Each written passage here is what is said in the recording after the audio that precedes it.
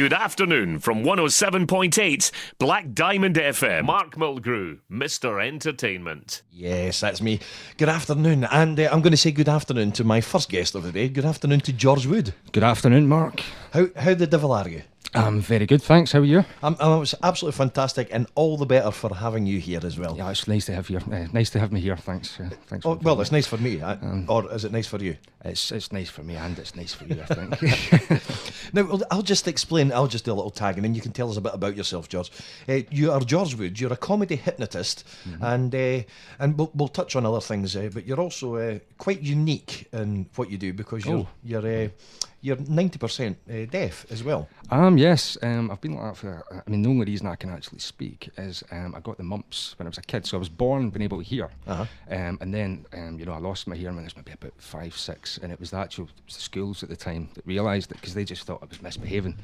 So I spent a lot of time getting thrown out of the classroom and stuff, and went through the motions with my ears, and that's how I discovered that I've got severe hearing loss. So I get by with obviously lip reading, and I'm lip reading you just now. So make sure you speak very clear. I'm trying not to swear. I'm the same. Now, we're in this first segment. I'm going to talk about how you got into hypnotism and how you developed the show. Now, from talking to you before, it sort of came by accident.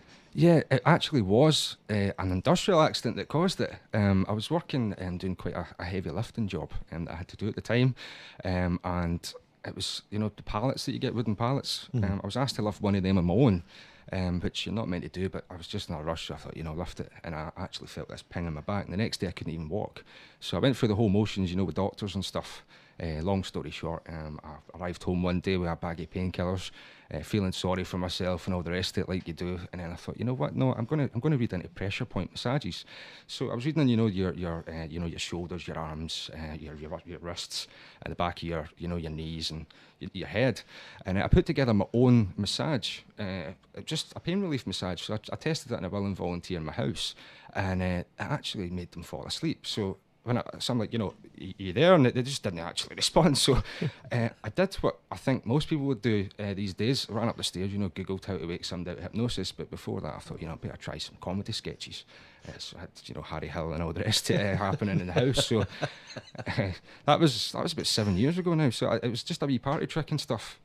And then one night, I'd a wee bit of Dutch courage, and somebody had asked me, can you do a gala day fundraiser? And that was in Ormiston, so it's not too far from here. And I said yes.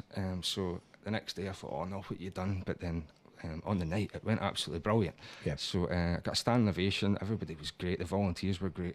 I thought, I could actually do this for a living. And from there, I've just been doing show after show after show, and I'm just riding the wave with it, and it's absolutely. So that's been over the last 7 years. Yeah. So I've only been doing the stage shows from just May last year, and that was my first proper stage show. Before that, it was mostly house parties and things. So it's went from a wee 40-seater gig to the last gig I did was at the Regal Theatre, and it sold out in like a week. Yep. And it was I think they actually had to put more seats in, so it was about 215 there, I think, maybe a bit more, maybe a bit less, and it was absolutely brilliant. The BBC came along and recorded as well. So I was just going to say that.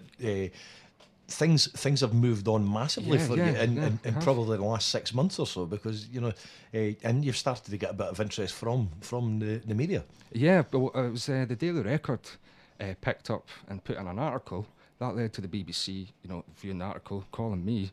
So I originally went down to York to do a fundraiser for cancer research, and the research, the fundraiser for the research went ahead great. We raised a lot of money, and it was for obviously cancer research, and they'd made a problem. They had a wee problem, see, with the paperwork. So what I actually had to do was arrange a sort of emergency show on a weeknight in the Regal and Bathgate and get everybody along to re-record it. Yeah. So it was all live and stuff. So that's going to air on TV on BBC Two. It'll be Scotland, Northern Ireland, Wales, and England. The Wednesday, the 5th of March, and then the Saturday, the 9th in March. So that'll be my proper TV debut. So I'm really looking forward to it. And that should spur on other things as well. That's what I'm hoping. Yeah. I'm hoping. There was a wee bit of talky breakfast news as well. So. That's. But I'm not a morning person, Just kidding. So it's all good, and I've landed. It's looking like I'm going to have a really big gig as well at the Instant Arena. So I was out there at the weekend there in the opening night. It's looking great. It's just at phase 1 though. So hoping to get the building works finished soon. And so am I.